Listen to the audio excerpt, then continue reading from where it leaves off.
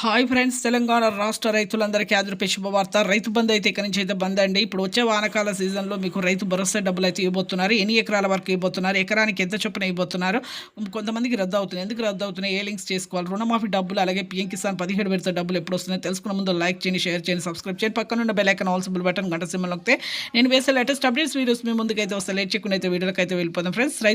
ఇప్పుడు వానాకాల సీజన్లో మీకు రైతు భరోసా డబ్బులు ఎకరానికి 7,500 చొప్పున 5 ఎకరాల వరకు అయితే ప్రస్తుతం అయితే ఇస్తున్నారు. మీకు ప్రభుత్వం అయితే మీకు సీఎం గారు అయితే మీకైతే నిర్ణయం అయితే వదిలేశారు రైతులకైతే.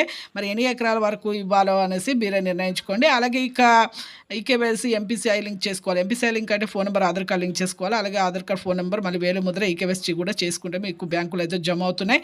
అలాగే ఈ జూలైలో అయితే జమ అవుతున్నాయండి. కొంతమంది రాళ్ళు, రప్పలు, గుంటలు అలాగే ఉంచడం వల్ల వీళ్ళకు రద్దు అవుతున్నాయి. అలాగే భూమి సాగు చేయకపోవడం వల్ల కూడా రద్దు అవుతున్నాయండి. వెంటనే సాగు చేసుకోండి.